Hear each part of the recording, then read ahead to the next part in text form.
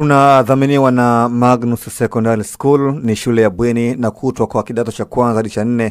Ni shule bora yenye mazingira tulivu ya kujisomea. Habari njema kwa sasa ni kwamba Magnus wanatoa ufadhili wa ada ya masomo. Ni vizuri ama ni vema mzazi ukampeleka mtoto wako Magnus Secondary.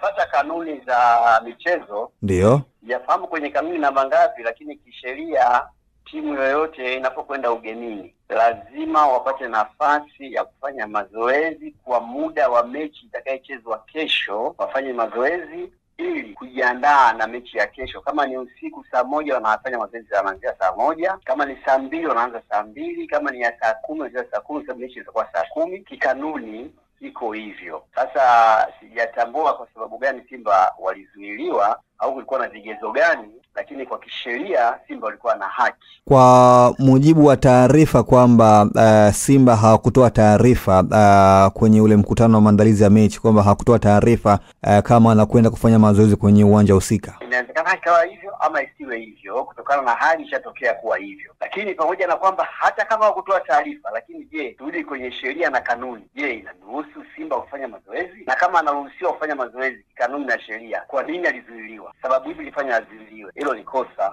endapo itakuwa iko hivyo. Kama haiko hivyo, labda ni sheria anatoa tu Mzee Msuva hapa au hizo kanuni za Mzee Msuva, basi Simba atakuwa na makosa. Lakini kisheria, kama ni kisheria, ni sheria iko hivyo, na kanuni inasema kwamba timu ngeni inapofika ugenini inaruhusiwa kufanya mazoezi kabla ya mechi, kwa siku moja kabla ya mechi.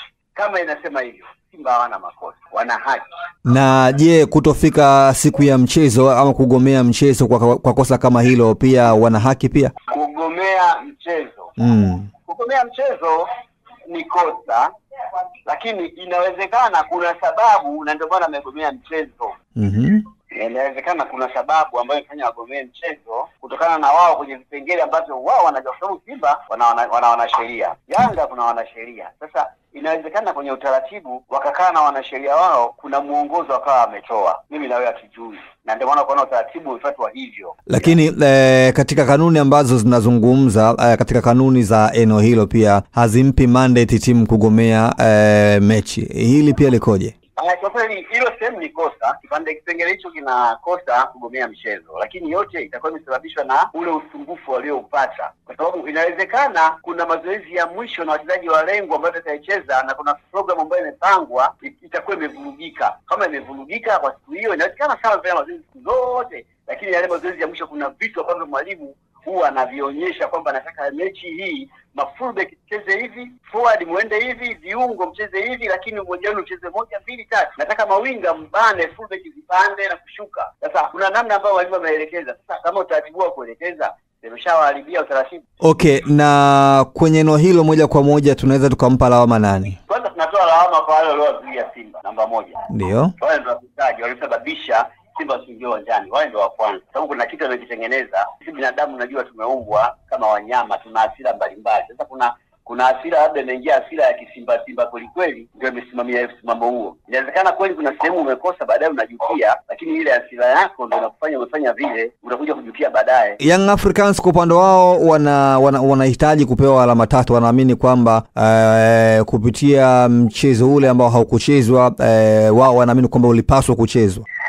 Sasa kuhusu la Yanga, kuhusu kwa pointi 3 au wasiwe pointi 3, kuna bodi ambayo inasimamia michezo na TFF. Inawezekana pia serikali kuna kamkono kake hapo, hatuwezi jua, lakini huo jibu lake hapo kidogo kwangu itakuwa ni gumu. Hilo liko chini ya fumbo. Kwenye eneo hili pia tunaweza tukajifunza nini kuhusiana hili? Kwenye eneo hili sio tunajifunza, tunaharibu michezo Tanzania. Kama sisi sasa hivi tunahesabika kuwa wa 4 katika mashindano yetu ya ligi zote barani Afrika. Sasa tutakuwaje wa 4 kama tunafanya vitu kama hivyo? Na hii yote inatokana na mawazo ya hususan michezo. Mara nyingi hususan wanawaza sana mambo ya ushirikina, ndio vitu vingi vinasababisha uharibifu wa football Tanzania.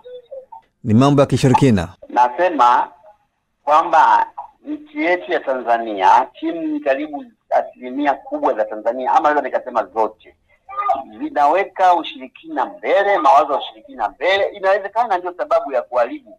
Hawa wanawezekana walisema hawa wakiingia kuna kitu watafanya, na hawa wanasema kwa nini tusiingia, kuna vitu wamefanya, basi hatuchezi mechi hiyo. Kwa hiyo kuna vitu sitofahamu hapo katikati. Na kwenye eneo hili bodi ya ligi wako sahihi kuahirisha mechi hiyo? Sasa ukisema bodi ya ligi wanaahirisha, wako sahihi kuahirisha, na bodi ya ligi hiyo wape Yanga pointi. Hebu angalia hivyo vitu vingine vinaendaje hapa. Kwa mtazamo wako wewe? Na vile ndio mtangazaji, na wewe unijibu ile swali kama wewe sasa unalionaje? Yanga wao naamini kwamba wako sahihi, unahitaji alama, na bodi ya ligi wameahirisha mechi. Hebu nijibu hilo swali, samani nijibu hilo swali unalionaje? Na mimi nimekuuliza wewe ili nipate utambuzi mzuri, kwa sababu na uelewa mzuri wa soka kuliko mimi pia. Sasa hilo liko nje ya uwezo wangu mimi kujibu, kwa sababu nataka kujibu tofauti na watu wanasikiliza hizi media, ikaonekana huyu mzee Msuva mpira ajui anaongea pumba. Okay, sawa. Na wito wako ni upi kwa Watanzania kuhusiana na hili ambalo limejitokeza, lakini pia na mwenendo mzima wa soka?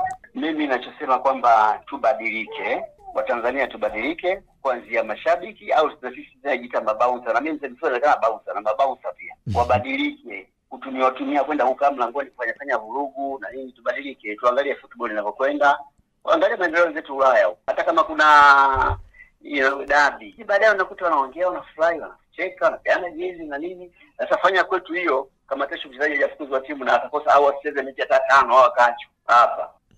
Kama ni hali ya vitu vya kawaida, vile michezo tu uwanjani pale, ile vita ya pale, baada ya pale inakuwa kama kawaida marafiki. Okay, sawa. Na tumeshuhudia kwamba jana Young Africans umepeleka gari kwenye uwanja wa Simba wa Mo Simba Arena. Hii tunaweza tukaizungumziaje?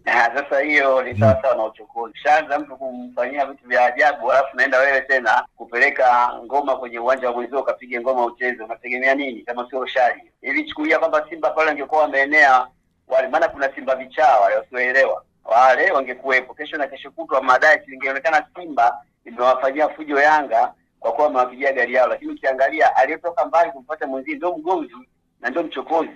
Ile sio haki kwa kweli. Hatuwezi tukazungumza kwamba ni utani wa jadi. Ni utani wa jadi unakuja, lakini wakati huo ushamwagia mwenzio koko na lalamika huko, kalimwagia maji ya kunao hapa sina nanuka shombo, alafu unaenda tena kumfanyia mtu kama hivyo, unategemeaje? Kwa Yanga hakupaswa kufanya lile. Hawakupaswa. Yeye ni sawa na kumziaki mwenzako. Usisahau kusubscribe kwenye YouTube Sam Online TV.